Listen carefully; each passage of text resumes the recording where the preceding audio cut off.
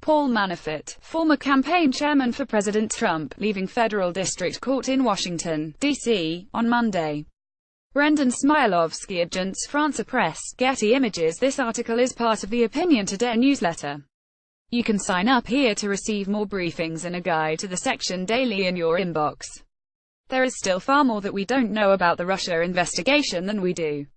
Below is a quick summary of the investigation's major points, and it's meant to be a small-c conservative summary.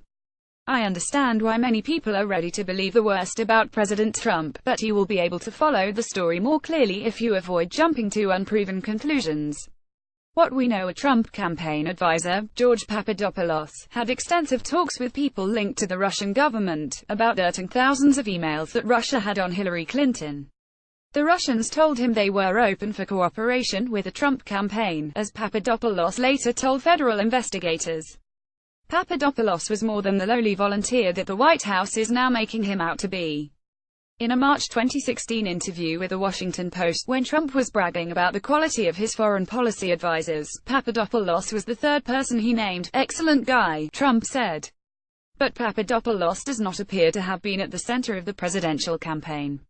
Rather than making decisions himself, he asked for guidance from more senior Trump campaign officials. Some senior campaign officials were clearly willing to talk with the Russians. The documents released yesterday suggest as much. So does Donald Trump Jr.'s previously reported meeting with a Russian lawyer who had promised dirt on Clinton. For now, these conversations seem to be separate from the charges filed against Paul Manafort, Trump's former campaign chairman, and Rick Gates. Manafort and Gates were charged with secretly working as agents of a foreign Russian-backed government for years, hiding their income from that work and lying about it to federal investigators. It's certainly possible that Manafort also colluded with Russia during the presidential campaign. It's also possible that prosecutors are using the other alleged illegal activity as leverage to get Manafort to cooperate in the campaign investigations. What we don't know: did Trump campaign officials collude with Russian agents on the release of the emails? There is not yet any public evidence that the conversations between campaign officials and Russian agents led to actual coordination.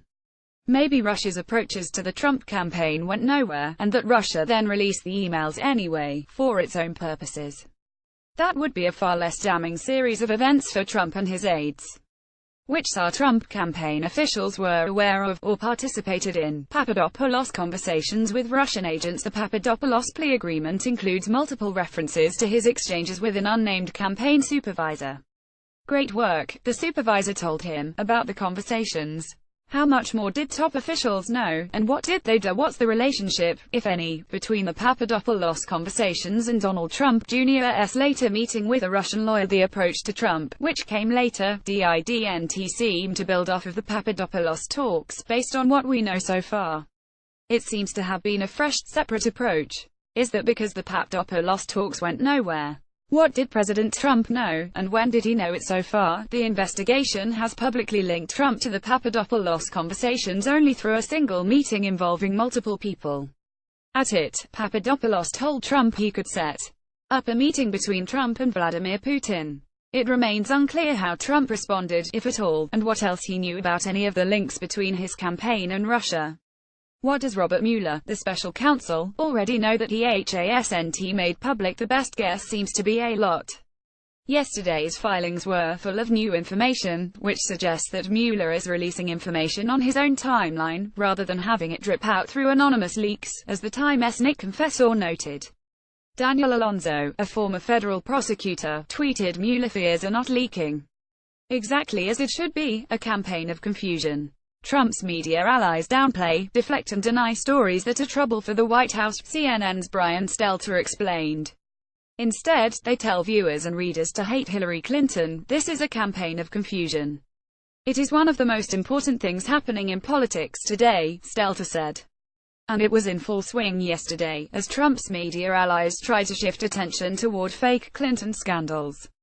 Fox News hosts talked about uranium and non-scandal and cheeseburger emojis seriously, although Shep Smith was a notable exception, covering the news in a reasonably accurate way. At Red State, a writer argued today's indictments were a huge disappointment to those hoping for a Deus Ex Mueller event to remove Donald Trump from the White House. The charges against Papadopoulos, a bit player in this whole sorry melodrama, were preordained at the very moment he agreed to be interviewed by federal agents, because if they want you, they got you. On the Christian Broadcasting Network, the televangelist Pat Robertson said that Trump has every right to shut Mueller down. He can grant a blanket pardon for everybody involved in everything and say, "All right, I pardon them all. Case closed. It's all over." And I think that is what he needs to do. In the Times, Michelle Goldberg, Nick Kristof, Harry Litman, David French, Norman Eisen, Noah Bookbinder, Barry Berker and the editorial board all offer their takes on the Mueller news.